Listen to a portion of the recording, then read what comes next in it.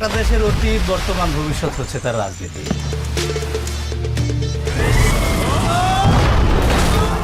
এটাকে ক্ষমতা ধরে রাখা বলে।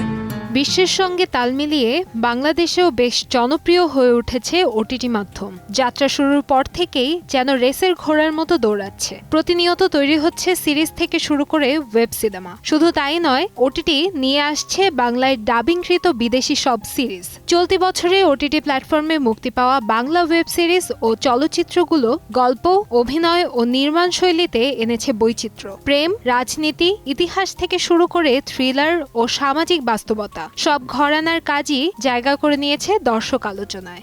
মায়া জাদুর ঢাকা শহরে গ্রামের কত মায়ের যে কপাল পুষছে। অভিনেতা মোশাররফ করিম ও নির্মাতা ভিকি জাহেদ জুটির প্রথম কাজ অন্ধকারের গান। শহরের এক বাড়ির কেয়ারটেকার মুকুল ও গ্রামের গৃহবধূর জীবনের টানাপোড়েনকে কেন্দ্র করে 3 মানুষের বেঁচে থাকার গল্পে নির্মিত হয়েছে ওয়েব ফিল্মটি। প্রশংসিত হয়েছে জাকিয়া বাড়ি মমর অভিনয়। ঈশ্বরের এই বিশাল আকাশের নিচে আমাকে ঠাই হলো না কেন? 1979 সালের মরিচছাপি হত্যাকাণ্ডের পটভূমিতে নির্মিত হয়েছে ওয়েব সিরিজ ফেও। ইতিহাসের এক অবহেলিত অধ্যায়কে দর্শকের সামনে তুলে ধরেছেন নির্মাতা সুকর্ণ শাহেদ ধীমান। তারিক আনাম খান ও চঞ্চল চৌধুরী অভিনীত সিরিজটি প্রশংসা কুড়িয়েছে দর্শকের।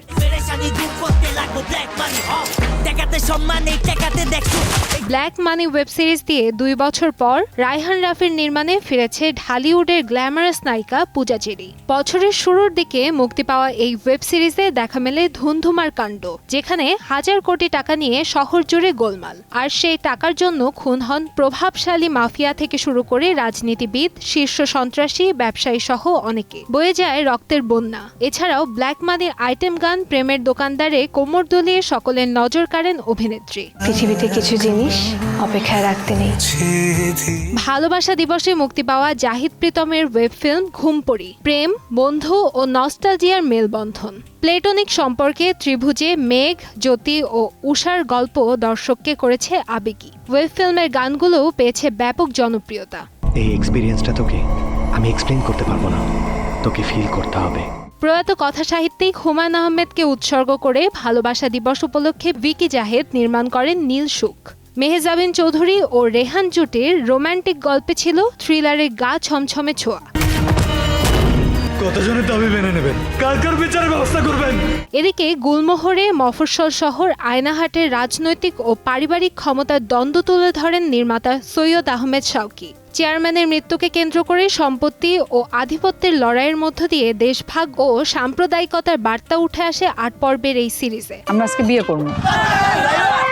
আমি বিয়েটা করতে পারবো না, 8 মানে নট, সমস্যা আছে আমার। বছরের আলোচিত কমেডি ড্রামা সিরিজ বোহেমিয়ান ঘোড়া। কিভাবে 8 জেলায় 8 বউ সামলান প্রেমিক পুরুষ আব্বাস, সেই হাস্যরস ঘটনাই তুলে ধরেছেন গুণী নির্মাতা অমিতাভ রেজা। গেল ঈদুল আজহায় মুক্তি পাওয়া এই সিরিজটিতে ভবঘুরে ট্রাক ড্রাইভার আব্বাসের চরিত্রে অভিনয় করেছেন শোবিজের প্রিয় মুখ মোশাররফ করিম। তুমি বুঝতেও পারতেছো না কত বড় বিপদে তুমি পড়ে গেছো।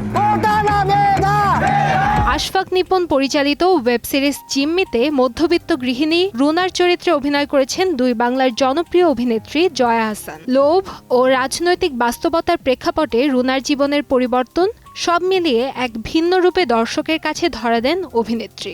বাসার দিকে কোনো মনোযোগ নাই, নতুন গার্লফ্রেন্ড হয়েছে।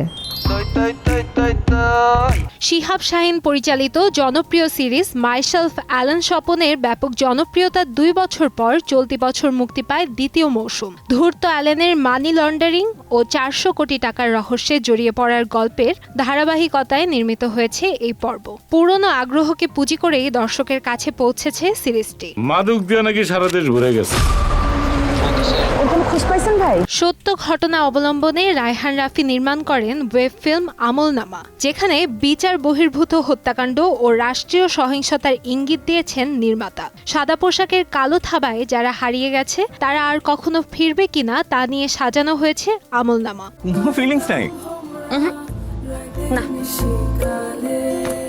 শিহাব শাহীনের ওয়েব ফিল্ম তোমার জন্য মনে যশোরের মফস্বলে বেড়ে ওঠা দুই তরুণীর প্রেমের গল্পে দেখা যায় রাজনীতির মিশেল। ইয়াশ রোহান ও তটিনীর অভিনয় এবং সংলাপ মন ছুঁয়েছে দর্শকের। আমি কাউকে ভয় পাই না।